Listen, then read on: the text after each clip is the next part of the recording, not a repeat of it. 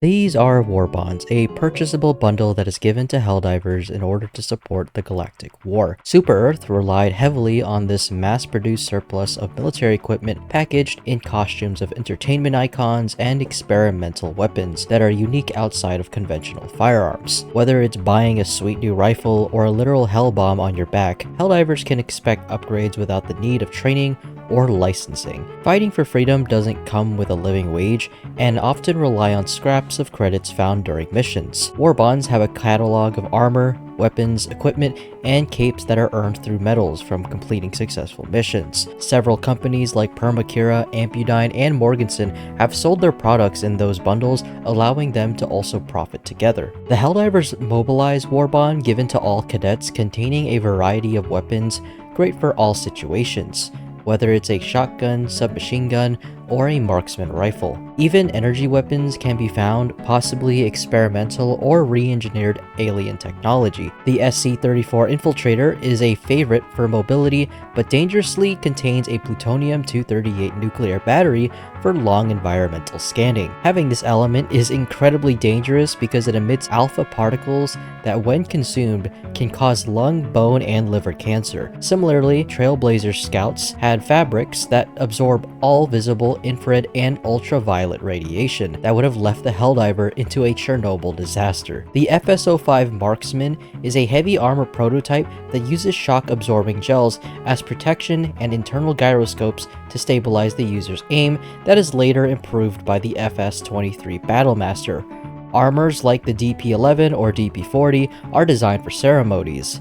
The CM-09 Bone Snapper is based on a colonial surgeon's gown. The CM-14 Physician's colors represent the intergalactic medical corps. Overall, it is a great starter pack for a new Helldiver. Warbonds can sometimes represent Super Earth's pop culture. They can sometimes be nostalgic, reinterpreted, or idealistic, showing off soldiers in armor out of the ordinary for the common Helldiver. These costumes invoke Super Earth patriotism. Viper Commandos is based on a comic book series based on a CAF Special Operations unit. The uniform of Jackal 6, a veteran Viper Commando, is just a fictional character. Popular Truth Enforcers are from a famous series of mystery novels. The Freedom's flame armor sets and capes come from a documented graphic novel called The Breach, about a unit deployed straight into a supervolcano and triggered an eruption that wiped out a massive terminid swarm. Chemical agents come from a beloved musical called Hazard Pay, a more positive adaptation of a dark event called the Carcino Plague that inflicted cancer among infected and taught children how to properly quarantine. Even popular cartoons such as the Obedient Democracy Support Troopers have been adapted with their iconic looks,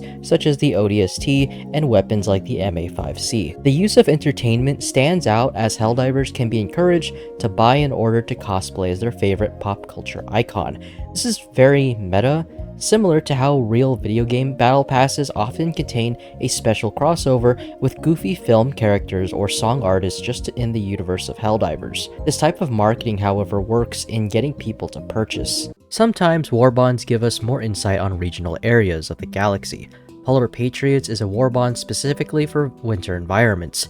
The CW-36 Winter Warrior offers camouflage in snowy environments and comes in surplus for nature photographers and hunters. Urban Legends is themed around urban cities in planet colonies. The SR-24 Street Scout has a nostalgic color scheme that brings to mind beloved trappings of colonial yesteryear, like frontier domiciles, slate-covered civilian jumpsuits, and space settlers' pie. The BP-20 Correct Officer from the Force of Law Warbond is the default use of patrol officers in all democratic neighborhoods that inspire pride and obedience. Even the Jack Boot armor set is named for the Helldiver Jack Boot, who shut down 908 illegal broadcasts before retiring. The Borderline Justice is for Helldivers who roam the edges of our galaxy in protecting liberty from enemies on our borders. The Frontier Marshal is inspired by the Trailblazer agents of Super Earth terraforming companies. Dust Devils explores the Ministry of Expansion that is used for seizing back enemy territory in the gloom.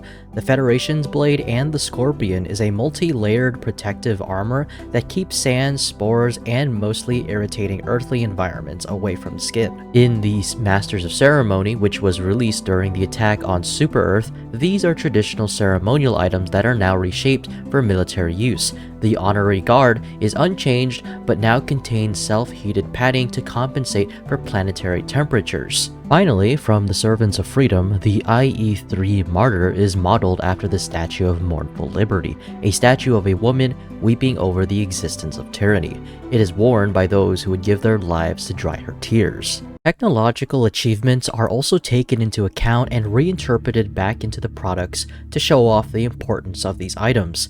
The Steel Veterans showcases a more optimal performance augmented set of armor, used by veterans that still want to serve combat even after their violent setbacks.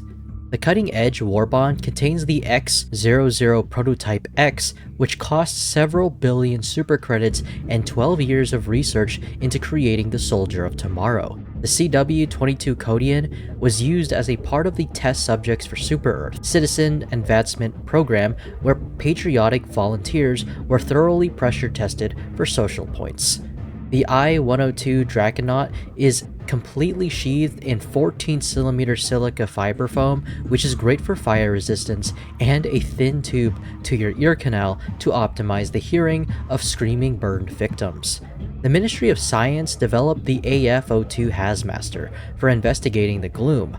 Armor sets in the control group, like the Bleeding Edge, dispenses vital fluids used to keep the user alive from lethal harm, pushing the boundaries of bionic engineering. The Apollyon reminds me of a typical astronaut gear and is apparently another expensive outfit worth the equivalent of a small megacity. Capes also have a significance both as an art form and propaganda for Super-Earth ideals. Some examples, such as the Bastion of Integrity, is based on an SEAF signaler's cape to be easily located upon death. The Agent of Oblivion represents the 0.05% of profits donated to the Superstone National Park as part of the Ministry of Unity's Greener Galaxy campaign. The Order of the Venerated Ballot wears the insignia of a Patriots Club about preserving the AI voting system in Super-Earth. The Purifying Eclipse is a cape in tribute to the liberation of Chopessa IV in the First Galactic War, and it experienced extreme ordnance bombardment that blocked the sun for a month. Patient Zero's remembrance is about honoring conscripted sick patients released into the battlefield to spread their cancer plagues. Those who wear the Free Liberarum also come with a complimentary will and testament amendment form. Upon death, you are given a spot on the Wall of Martyrs. The Reaper of Bounties cape gives homage to a popular folktale of the Freedom Slingers. The Federation's embrace shows the flag of Super-Earth, that when risen, it is mandatory for Helldivers to face its direction and recite the anthem while saluting. To refuse would mean capital offense. Miranda's legacy is a twisted interpretation of the Miranda rights in the US law, where the court ruled that police are to inform suspects in custody their rights to remain silent, an attorney, and any confession will stand in trial. The Super-Earth Super Citizen Miranda's identity was lost but is confirmed to be female.